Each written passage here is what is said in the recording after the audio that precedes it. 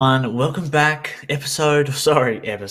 We're at round 6 and the final round, at least until August. My name's Jethro from the Press Room Podcast. If you can't tell, I'm here with Matthew Keenan. Just before the Giro coverage, Matt, the final round until August. We've got the electric loop today. What do you think? Yeah, well, I like that you slipped into podcast mode when you called this the episode as opposed to the final round. This is going to be flat and this is going to be fast. It's 3 laps around this circuit. There's not much altitude gain, really.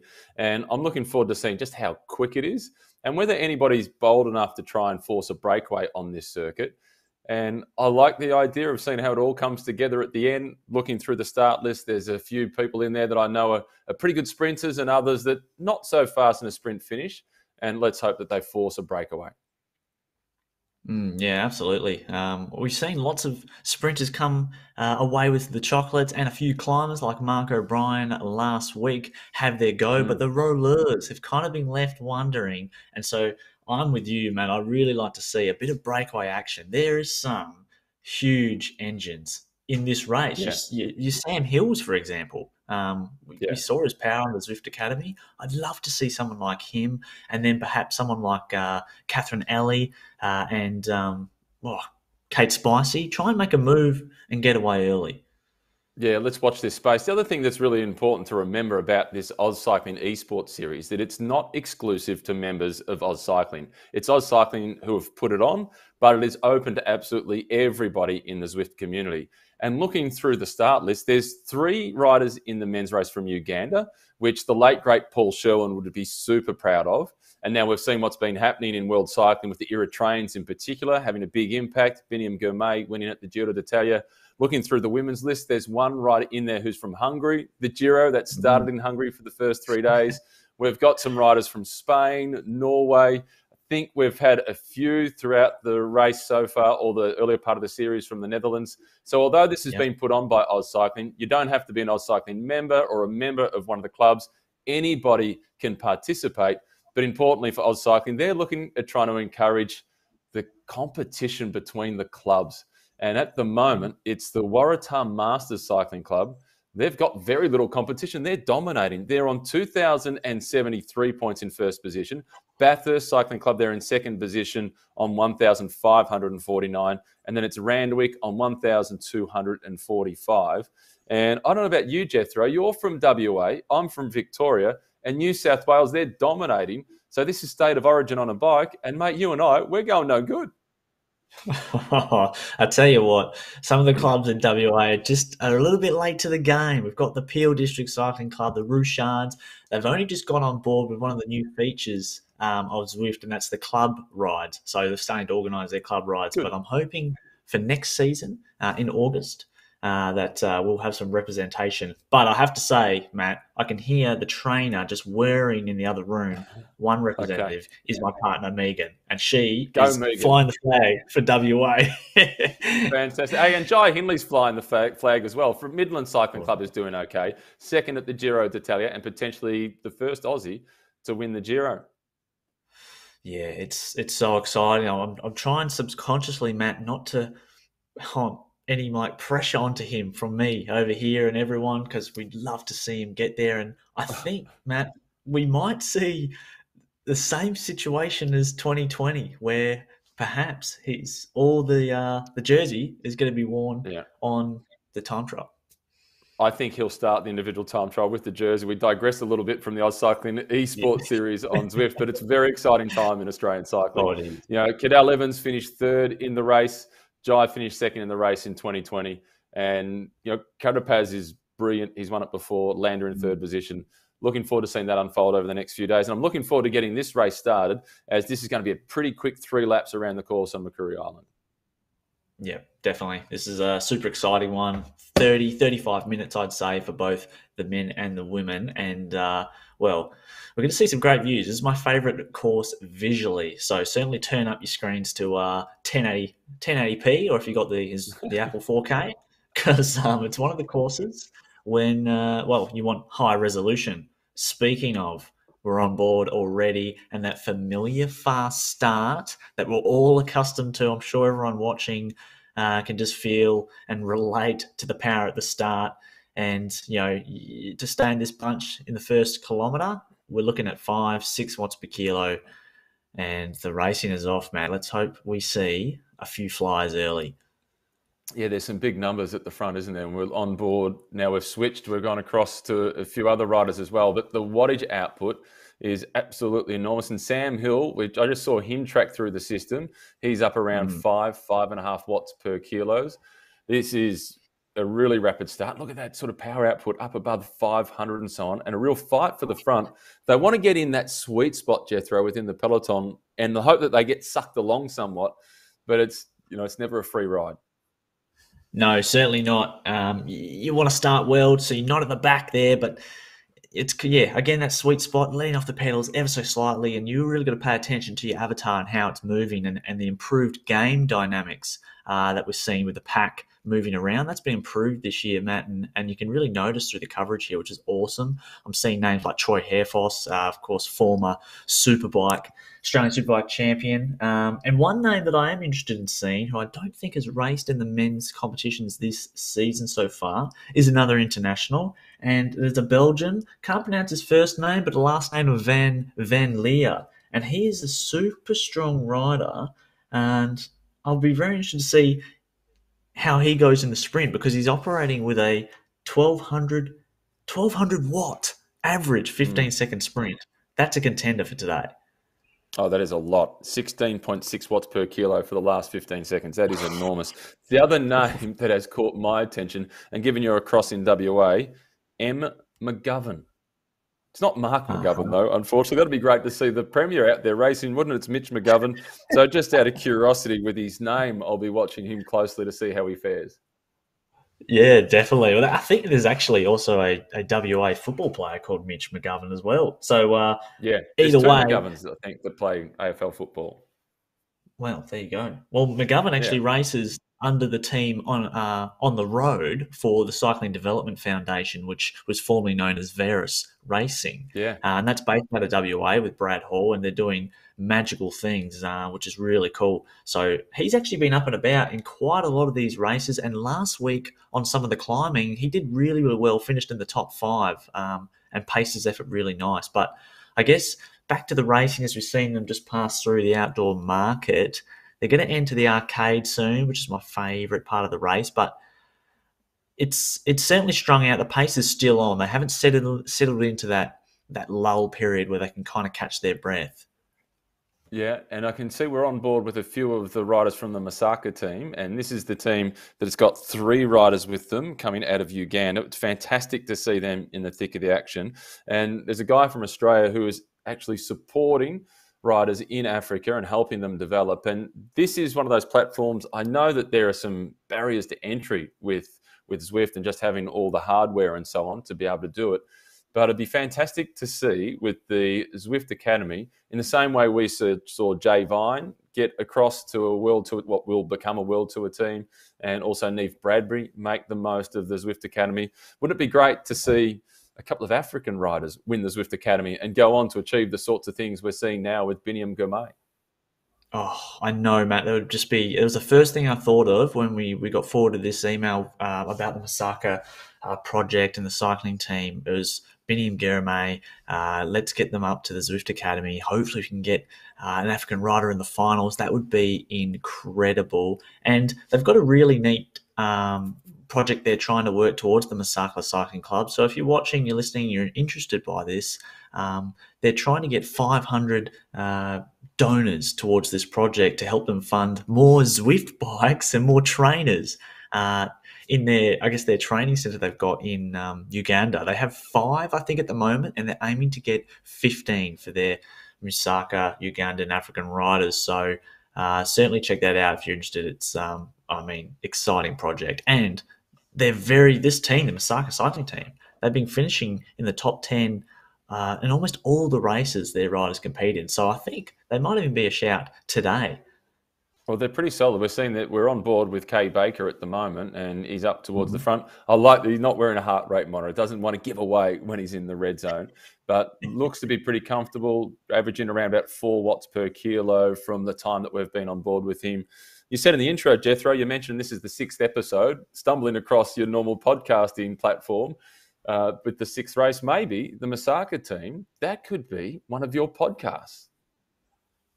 That's a great call. That's a really good call. I am in off-season mode where I start to build the next run of episodes, and I think I will definitely be getting in contact because it'd be a great story. And Well, you were speaking the of early story, adopter. You were the early yeah, adopter on Uno X. You took us in board with Uno X with the Norway team. So you stay ahead of the game. You'll be the one that picks it up early, and we'll just follow. Those of us in the mainstream media will be on your wheel and see if we can keep up. well, it's funny as we go to the women's. I've been trying to get an interview with Biniam Girmay since January, and Keep pressing. his agent did said to me that I would get the interview eventually on the podcast in time because I was asking before he'd won Ghent Wevelgem, and everyone obviously jumped on the excitement. But we'll see. The Masaka Cycling Project is certainly something that has caught my eye. Now, on to the women's racing. We're 4.1 Ks into the race. I'm really excited about this A-grade field. 15 riders, I think we've got. 18, sorry. And this is a nice little bunch.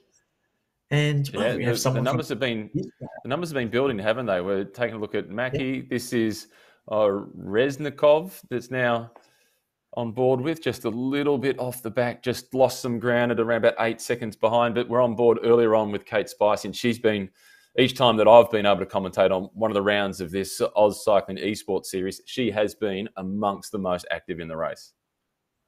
Yeah, Spicy's been up there for quite a lot, Kate, and really making a lot of the racing as well. Jessica Bemrose, who's now changed her handle, I believe, to J Bemmers. I like that bit of nickname word. She's obviously won. Well, she's won 2 rounds. She won 2 on the trot using her sprint, and she's come second 3 times as they pass through the arcade. Funny thing about the arcade, there's a little. You'll see the Dance Dance Revolution game that you see on the enter. It's called the Sheba Shuffle, which is the it's named after the little the dog. I forget the name of the breed. How many watts does dancing on the bike give you? Well, I don't know. It depends if you're out of the saddle. But look at this. We're seeing Jessica Bemrose on cue. Just put a little dig in there to try and test the legs of some of the other riders. Catherine Ellie there riding for the Randwick Cycling Club. Just making sure she's up there with the first move. But that little acceleration from Bemrose did create a split quite early. So I think, there's not going to be that lull where they sit around. Jess wants to get that third win, and she's going to start it early. Yeah, Bemmers, as she's got as her name up here on Zwift, she really is flying. She has set the cat amongst the pigeons, so to speak, with causing a split within this women's race. Heart rate for her is pretty high at 170. The cadence is relatively low by comparison to what we see with some riders. She's just below 80 revs per minute. And back to your man, Jai Hindley, in the climbs yesterday, he looked like he was going around about 10 revolutions per minute quicker than his main rivals, and going that little bit quicker shows that he was appearing to be on top of the gear rather than slugging it along. But different riders, different styles, and Bemmers, she looks like she's pushing a slightly bigger gear, which is reminiscent of Justine Barrow when she races here on Zwift, and when she races out in the real world as well. You can see that she really muscles the bike to the top of climbs. Yeah, absolutely. I thought of that comment. I think you mentioned the other day, whenever you see someone really plugging along on the cadence, it makes you think of, that rider there with a lower cadence. But you kind of have to remind yourself when you're racing on Zwift just to kind of shift up a couple of cogs, because you do feel that resistance on the trainer if you do get sort of bogged down in your gear. But these girls are super experienced. Kate Spicey, Jessica Bemrose, level 50. They're classy operators on Zwift. They know how to ride ergos. Catherine and she's Ellie, pushing big numbers. Bemmer's pushing big numbers out in front. She's just been caught. They're wise to her moves, and so they should be. She was riding for quite a while there at about 5.5 watts per kilo, and it took a 6 watt per kilo effort to close it down to her. She looks like she's pretty keen to try and split this race up, and she's going about it the right way. She's making life tough. Yeah, she is, and she's got the power in the 20 watts, the 20-minute category as well in terms of her watts per kilo. But she's also got the weapon of the sprint, so she's got both bases covered. And I like to see that. She could easily sit back and go, look, I've won 2 sprints now. I'm happy for it to go to a line for a bunch kick because she could take the win. But she's trying to spice it up early and break this field up. But at the moment, first lap around, they're about to complete the first lap, 8.9 kilometers. I'll remind everyone. And it's all still together. But another couple of sprinters on my list, or some of the women have got decent kicks. Kate Spicy, Lam Kong, Catherine Ellie, super strong. We'll just get across to the men's now. We've seen an attack, and I love this use of the aero power up to launch out of the bunch, and you certainly need that to try and get a gap because they're going 50 k's an hour, and the power required to get up to that sort of 55 kilometers an hour to get a speed differential, you really do need the aero power up to get the separation and then stay on the pedals. So it's Michael Gallagher, Matt. We've seen a lot of him this season already, and we know he's strong. He is super strong, and he's always super aggressive. He's not a sprinter. He's one guy really similar to Mark O'Brien. He can't afford to wait for it to come down to a sprint.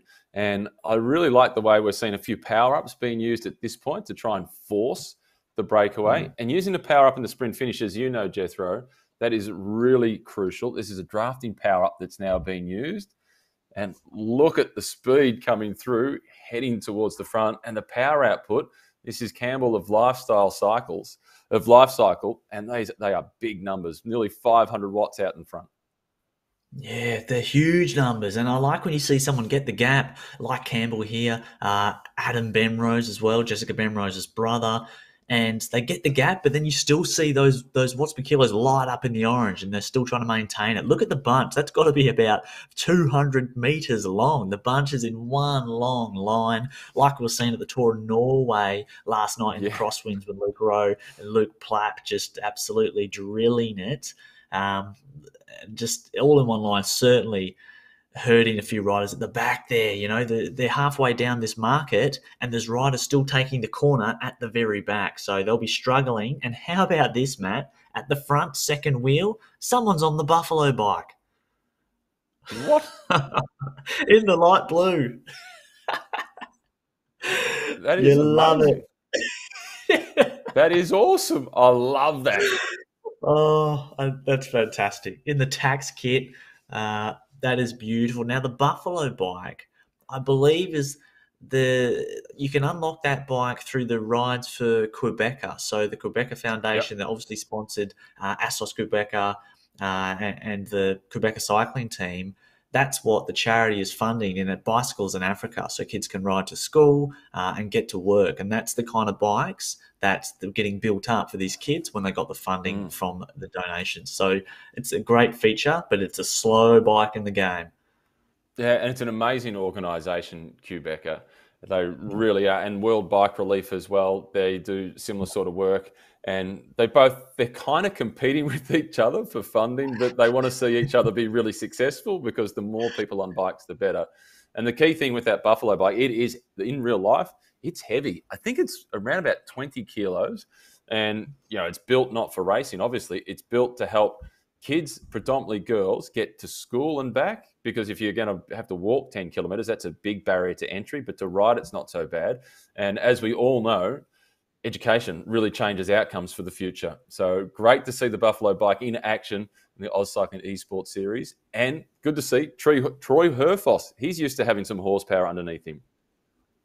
Yeah, certainly, but with the motor underneath usually. And I'm sure he'd actually love some of the cornering dynamics to be in this game as well, because we know some of those, the superbike riders, they can handle a bike really well. We have, funnily enough, in WA, and I wish he was racing today, we have Brian Starring, who is a former Australian superbike champion and doing very well this year for his new team. But when he races locally here in WA, he is insane on the corners, his cornering skills. And I asked him this, Matt, I said, what is it like? How are you cornering so fast but so confident? And he said to me, he goes, I'm used to cornering at 150, 200 kilometers per hour on my motorbike. When I'm cornering on my bike, it's like I'm in slow motion at 40k, 30k an hour. That everybody else is in panic mode, and for him, everything's moving really slowly. It's incredible. Yeah. I've seen Troy Herfoss ride the Criterium up at Noosa, and it's a hot dog crit. And there's one corner where they go around a roundabout, so you can actually go into it with a little bit of speed. I've seen Troy Herfoss and Troy Bayliss as well actually ride that course. And Troy Bayliss is about the only guy I've seen stick it up the inside of Robbie McEwen on a tight corner and get the better of him. Nobody else has ever been able to do that. Jeez, you'd want to kick pretty hard out of that corner if you were taking up the inside of Robbie, that's for sure. I reckon if you came around you, there'd be words. Now we're seeing and a move. If you're going up the inside, make sure you don't get it wrong, because you'll know about it on the exit. Sam Hill, on board with him. Sam Hill, I'm expecting some aggression from Sam Hill. What about you?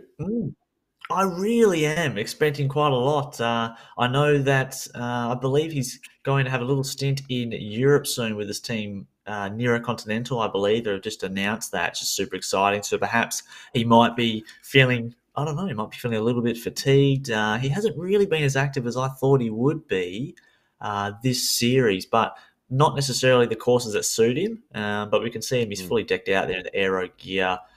He's got the fast Zwift Tron bike. You want the fastest bike as possible today for today's course.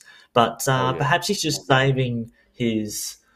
Well, might be saving for the third lap, perhaps, for a big move. He is a smart Zwifter. I agree with that. Don't go now. Don't go now. Save it for a little bit later on. Save it for the third lap. Maybe save it for the last couple of Ks and see if you can go long range, because it's going to be tough. Sam Hill, though, having said all that, Jethro, he's pretty quick. He's not a pure sprinter, but he's pretty quick. Yeah, no, he's definitely got a good kick on over 1,000 watts. Mashed Potato is another name, Matt. We saw him win the first round. I've seen him a few times. He's been a ripper, hasn't he? He is famous, the fastest mule in town, they call him. Adam Benrose is another one. Jessica's brother, he's been up there. I think he won the first round too. The two Benrose going 1-2, but he's got a very good kick on him as well. So it's not about just having not quite as big as Mashed Potatoes. Mashed Potato is his 15-second power is it's almost 16.5 watts per kilo.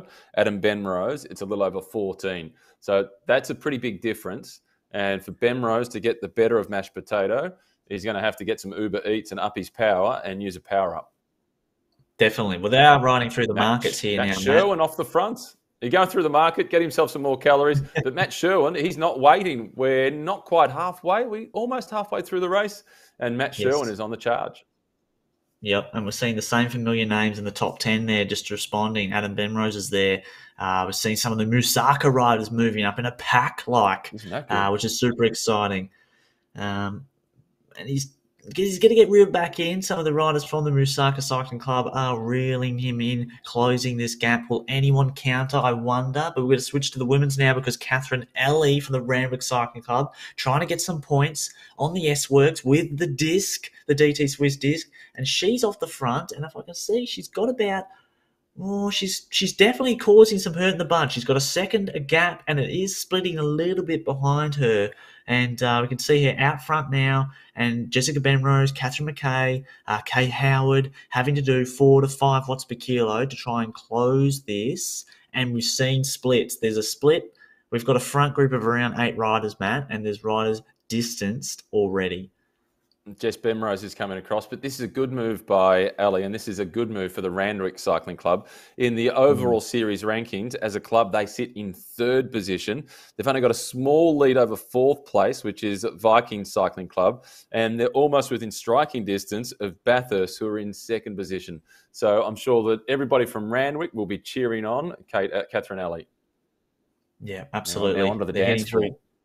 Yes, on there, the Sheba Shuffle, of course, the Kappa Quest, there's some of the games on show in there. There's also a vending machine inside. We're going to pass on the left-hand side soon, and you've actually got the Zwift bottle in there as an option. But we've seen an attack here by Lam Kong, and, she's really hitting it now, 5 watts per kilo, trying to use the corners, bit of an advantage, perhaps almost like a little fake attack, just sort of drifted off, and she's trying to settle in here a little bit up and down with the power. Perhaps she's out of the saddle, but Spicy's closing this down. But And it she's looks like forcing a good response. She's from Hong Kong. She's level 50 Zwifter, so she's got oh, plenty of experience. She has been reeled back in, and Jessica Bemrose once again is going to the front. She's been pretty aggressive throughout the race, just as we saw before with Ali. yeah, she has. She's really led the charge for a lot of the season so far in the first 6 rounds, winning 2 and finishing third.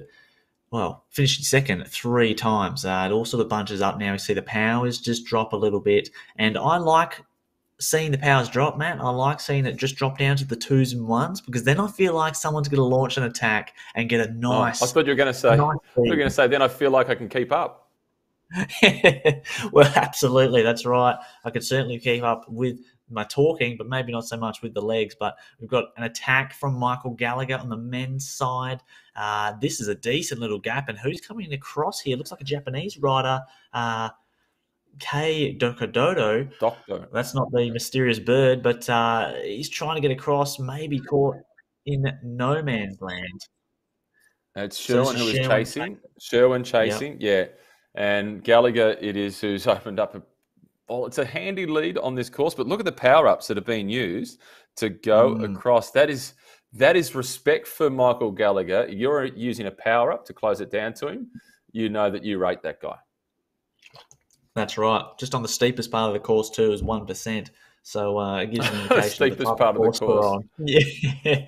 Now this is interesting, Matt. This is the finish we're going to see. So next lap when they come around, this is the sprint that we're watching right now. So it's very important to pay attention here, everyone that's watching, because this is the lead in to the final. This is about 200 meters to go, I think, or maybe 300. They take a little U-turn. So when they swing around here, I would say the winner from the bunch is going to need to be around the 4th or 5th wheel right here because then they turn Okay. and start kicking for the line. And there's the arch in the distance. Mm. About A to little hear the gravel bell. trunk on the way. Yeah, and people getting rid of their power ups now. I see a bit of a dump. If someone's got a power up they don't necessarily want, well, they'll try and use it as an advantage here. Any feathers, get rid of them now, and hope when you go into the arch, you get yourself either an aero boost or the bus, as I call it, which is obviously the truck, gives you a draft benefit. If you could As pick it one, Jethro, if you could pick one for the sprint finish, what would it be? The aero or the draft? Well, I think I'd take the draft purely because as you go into that final corner, the speed's going to be super, super high, and I think the winner will come a little bit later. Uh, I think either one will be very good, but I would take the draft. Yeah, if you're going to go early, take the aero. If you're going to sit the wheels and try and get your timing right, go the draft. It's yeah, but you've got what you've got and you use it. Yeah, that's right. You might have the burrito, which is they'd be really in would be this scenario. disappointed.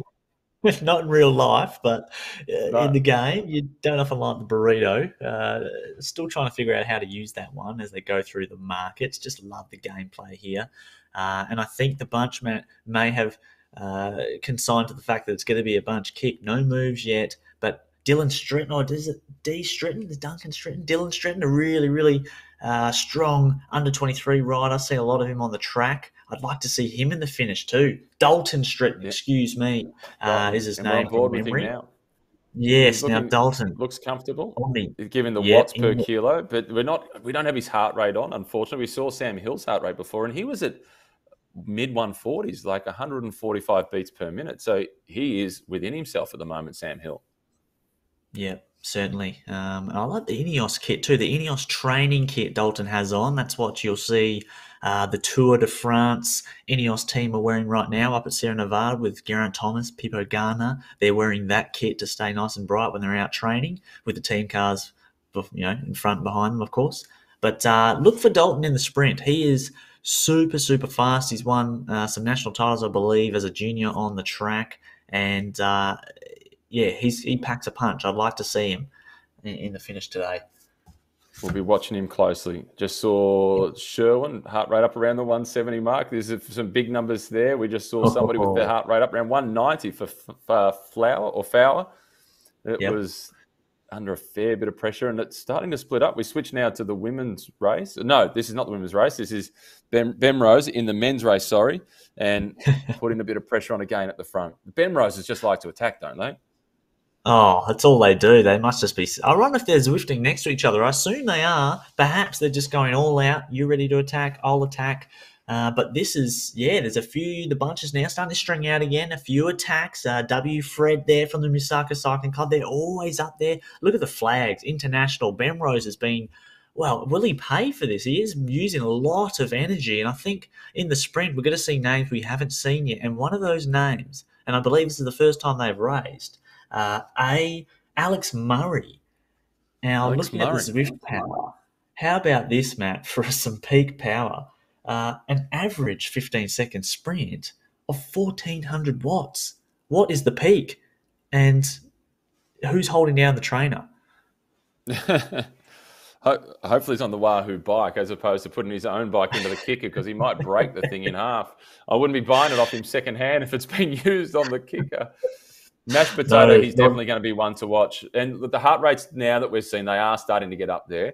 Even though mashed potato, watts per kilo, he looks pretty comfortable. He packs an enormous punch. And he's going to be one of the favourites for this sprint finish. Yeah, absolutely. And if you're if I guess you're not really familiar with just how much power that is sitting at home, I certainly am not with that sort of wattage.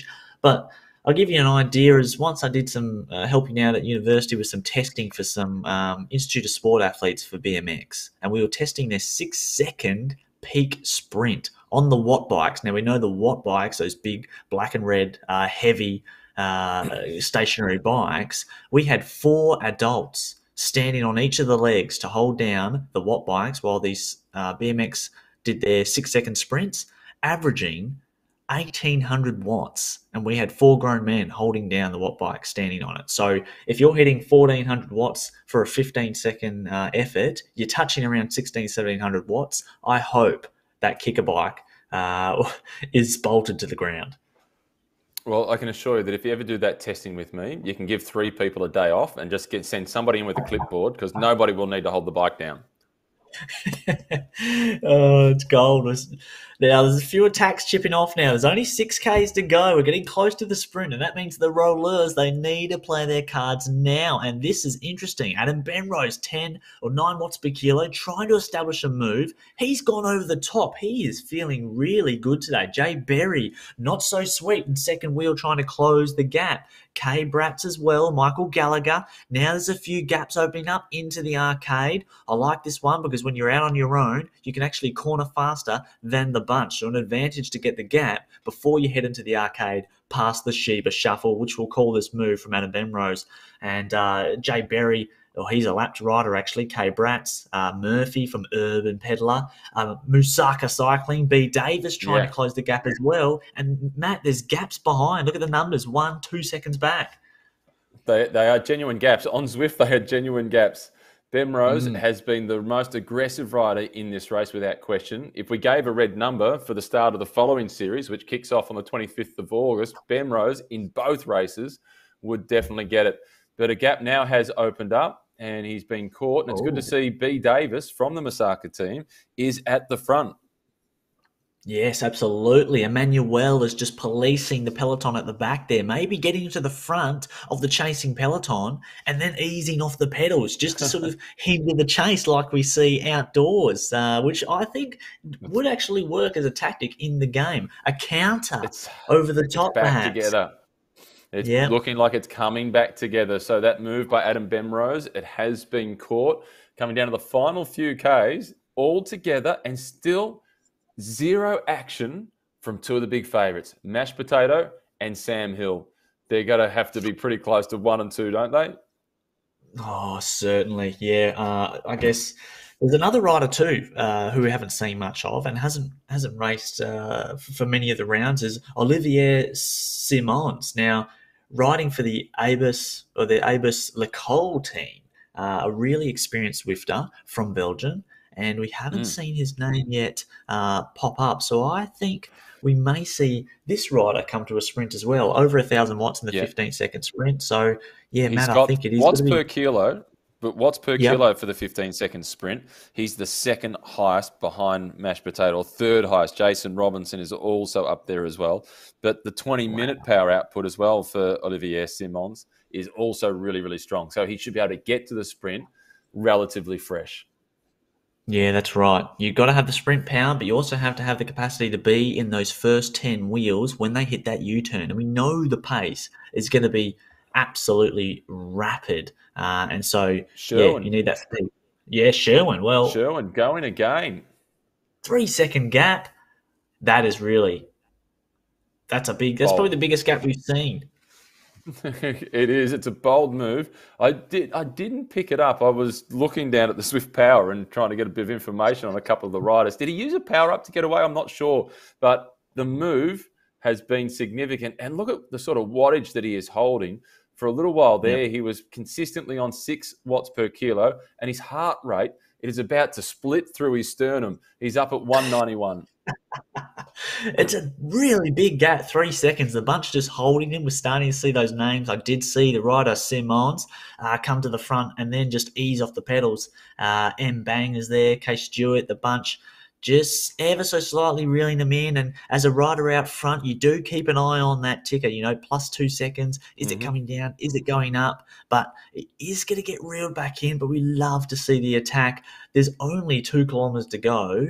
And the sprinters now will just be, maybe tightening their shoes, making sure they're in the right gear and in the right position. And if Sam Hill was going to go, if he was going to launch, it would be around this time as it just lifts up as a false flat. Sherwin's been caught. Somebody else there is using a power up, and they've gone with the truck drafting boost. And I think they've gone a little bit early with that power up. Michael Gallagher trying to go again.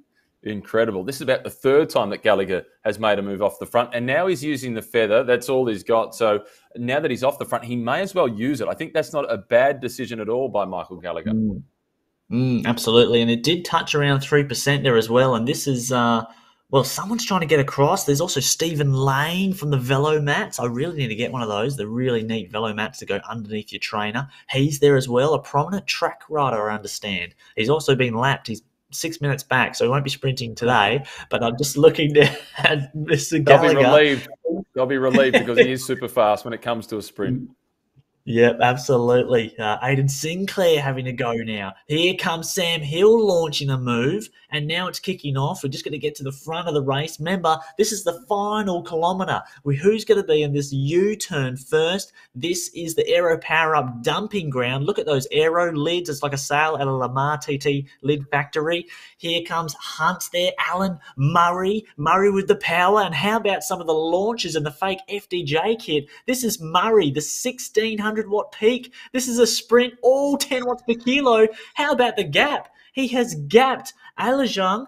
Sam Hill coming late, but it's going to be Murray. We talked about him, the gorilla in his tagline. 1400 watts. No joke, Matt. Yeah, that was impressive, wasn't it? He had some huge numbers, and he got his timing right. I thought he might have gone a fraction too early and gotten swamped, but that power output, he can hold it for 15 seconds. Take us through it once again. There's his move. And then once the power up went off, I thought he might start to hit the wall, but he didn't fade at all. Yeah, no, he didn't. We had T. Alejang there, the Swede, just trying to get in the wheel. They had the aero power up as well, but with 13 watts per kilo, that's touching on 1,200 watts, and he's still maintaining it. Now, Sam Hill was coming late. You weren't wrong about his sprint, really coming late, but a comfortable win for Alex Murray. Really, really good. And comfortable in distance, not so comfortable in leg feeling. No, he'll be like a track sprinter on the floor, legs up. But what a sprint! And I think we've got the idea of where to launch your sprint is right at the end of that dog leg, Matt, into that final sort of bend there on the harbour. Yeah, I think so. Well, on board with the rider from Hong Kong, Lam Kong. I've been lucky enough to visit Hong Kong a few times, and I'm not sure what sort of riding opportunities there are within Hong Kong. So I'm sure that Zwift is a really good asset for your training if living in Hong Kong. Yeah, certainly. I know they've got a really good. They have a really good track background. Obviously, hosted a few 6 days there, I believe. A friend of Yeah. mine was telling me Hong Kong scene used to be quite good. Um, so perhaps Kong, who does have a pretty good sprint as well, in the women's around sort of that 10, 11 watts per kilo mark, but perhaps she's waiting. She was aggressive early, but I guess we're going to see because this group here of 7 or 8, these are going to be contesting the finish. This looks like they're ready for a sprint. Yeah, there's just a couple of Ks for them to go. Catherine Ellie from the Randwick Club. The Randwick Club's currently in third position in the overall standings. Mackay as well, also up towards the front. And back on Mm. board with Lam Kong. Her heart rate, she looks reasonably composed, 172 beats per minute. And then there's Jessica Bemrose. Can she win another one? She's got to be a contender. Oh, she really does. 11 watts per kilo in the sprint. Catherine Ellie, Kong, and Ben Rose, they are the fastest. And speaking of which, Kong just not resting on her sprint. She's attacked now 7 watts per kilo. This is not a fake attack. She is going all out. Ben Rose is going to close it down. She is dragging the bunch with her with Spicy there. Dana Davidson, St Kilda Cycling Club. Beck Manning as well, perhaps going over the top. Do we look at the power numbers now? Are they dropping? And will it compress back together? And Matt, we're seeing some Well, attacks here, but none that can be sustained. yeah, we saw, but it would look pretty challenging then for Kong to be able to hold on. So she was off the front. There was a reaction from what's left of the group. And as they swept past her, she really had to up her effort once again to get into the slipstream and stay in contact and stay in with a chance. Yeah, absolutely. Catherine Mackay is just trying to get back on now, distanced slightly by that move. We see the red dot on the top right map as they ride along the bike path here, the bike lane. That is a generous bike lane too. As we see, it looks like she'll get back on, or maybe not. Plus 4 seconds, she may be dropped from that acceleration. So if Kong achieved anything there, she did distance yet another competitor for this sprint. But Yeah, I think she's gone. Looking at those power numbers, she's riding at high threes, low fours. She's not going to be able to close down that gap. I think it's too big for her now to rejoin. yeah, and it looks so close though too, doesn't it? As we go back to Dana Davidson, who I think she started racing after round 3, and she's really been up there. Had a great ride on the Volcano KOM stage, and getting some much needed points for St Kilda. I think maybe the only points as well because they're not too far up on the club standings. But not long to go now. They're going to go wheel around towards the harbour. We see the little lake there, and Matt, I think it's going to be Bemrose, Ali, Kong competing for this sprint. Yeah, I tend to agree with you. Davidson, who you spoke about just before, she's a level 45 Zwifter, so she's done plenty of time on the bike, either somewhere in the house or somewhere in the garage, but she knows what she's doing, given that she's a level 45 Zwifter. And she looking at the heart rate, reading that more so than reading the watts, she's got a bit of room to go. Like, she's not in the red zone at this point. And her cadence is really high. Look at that, 94, 90, just above 90. If you're at that and your heart rate is not up above the 180 mark, she is in control. Yeah, absolutely.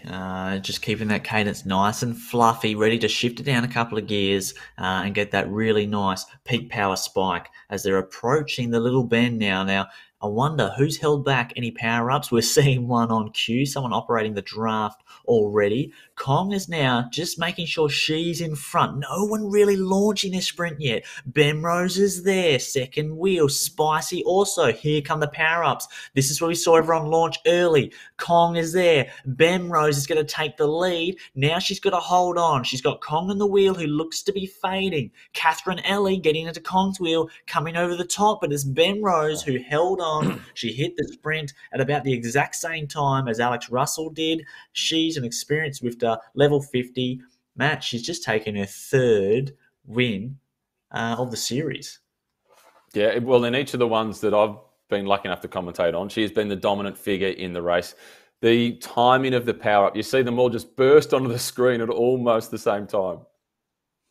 Oh, she did, yeah. It was. They all knew when to go. They all hit their power-ups at the same time. Bemrose came over the top of Kong, who I think maybe went a little early, and you can see the power.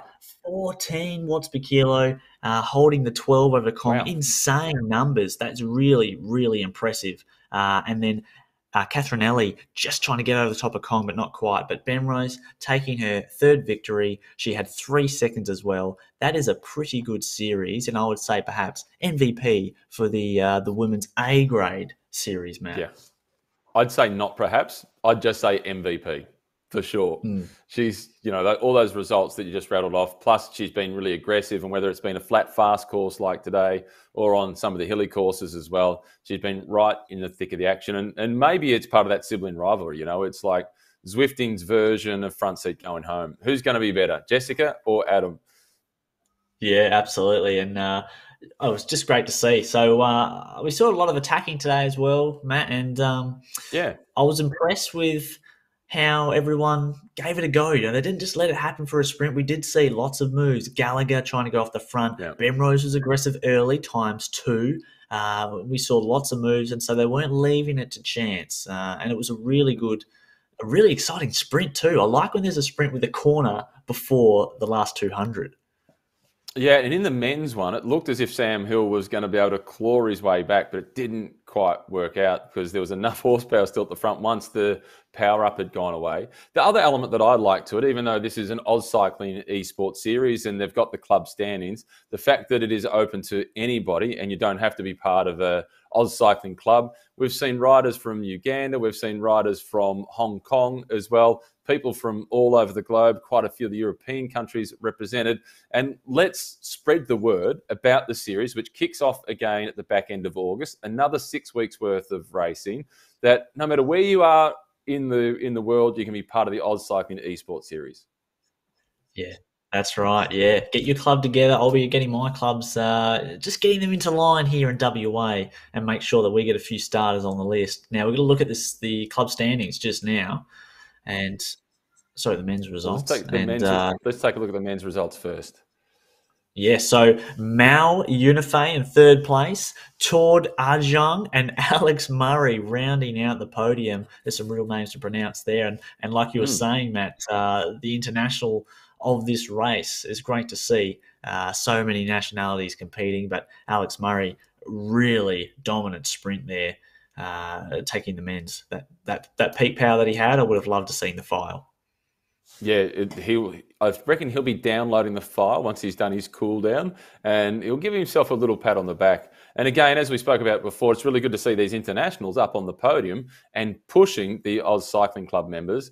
And then all the AusCycling Club members, they've got the benefit of racing and getting points for their clubs and see how their club ends up in the overall series. But the Waratah Masters, they came into this with a very, very handy lead. And I can't see them being overhauled for the series outright. Yeah, that's right. It's a good little bit of bragging rights as well. So all the clubs need to get out there, get everyone together for the next series in August, and make sure that you got your club entered, because someone needs to challenge this team. They're well organised. They're really well organised. Maybe the weather's too good for you in Perth to be able to get some big numbers. Here are the results for the women's race, Jethro. Yep, that's right. We've got Kate Spicey there in third place. Lam Kong rode a really good race, quite aggressive too, but Jessica Bemrose proving her class across the entirety of the series, the first 6 rounds, and took her third victory after 2 seconds in a row, which I'm sure was really eating at her. But she finished well with the gold, so it was really good to see, Matt. Really good to see. Yeah, just rewards for Jessica Bemrose with her consistency, her aggression, and she was the star of the series in each of the events that I was lucky enough to commentate on. And I'm looking forward to seeing more of her name on the result sheets, whether it is in e-racing on Zwift or whether it's actually out in the real world. But she has marked herself as one to watch. Yeah, so one thing you can do at home, everyone, is if you liked watching some of this coverage, make sure you share it with everyone, and you can stay in tune and subscribe to the channels on YouTube, and so you can be up to date when the next streams are announced. But I'd also encourage you to get onto the Zwift Companion app, Matt. Find some of these riders, give them a follow. And one thing that I'll be doing when we get off air here is going to the Zwift Companion app, checking out the riders and adding a few of the Musaka Cycling Club members, because I really want to follow how they go. Because you're doing a podcast with them at some stage. You're going to do a podcast about that team. Anna and I in production. Anna's in production in New Zealand. I'm here in Melbourne. You're in Perth. You're going to do it for us, right? You're going to Yes, work. I am. I've already written the note down. I'm following them on Instagram. Make sure you do as well, and you can donate to their cause and try and get them up to 15 bikes. They'll really be operating with a special team then. But Yeah, and Matt, let's hope that they're part of it when the next series kicks off on yeah, the 25th of August, the first round for the next of the 6 in this series of the AusCycling Esport races. mm. Matt, what was your highlight of tonight? I'll tell you mine, and it was the Buffalo bike. Yeah, well, I've forgotten about it. That was really good. I like the Buffalo bike, but Jessica Bemrose, just her consistency. Every time I got to commentate on one of these races, she was the dominant figure and definitely the MVP. Yeah, absolutely. Well, it's been really good to do this stream with you again today, Matt, or tonight. Thanks everyone for watching. This is round 6. Make sure you hit the bell and the subscribe on all the streams that we're watching this on. But Matt, you've got to get a quick meal in and head off to the Giro Yeah. Stage 18. Day for the sprinters. Then we've got 2 big days in the mountains, and it all finishes in Verona on Sunday with an individual time trial. Carapaz, he leads by 3 seconds ahead of Hindley, and within a minute, or just over a minute, Mikel Landa is still within striking distance. Yeah, it's all to play for. Let's go, Jai. Thanks for watching, everyone. And Matty, I'll see you again real soon. See you, Jethro. See you, everybody.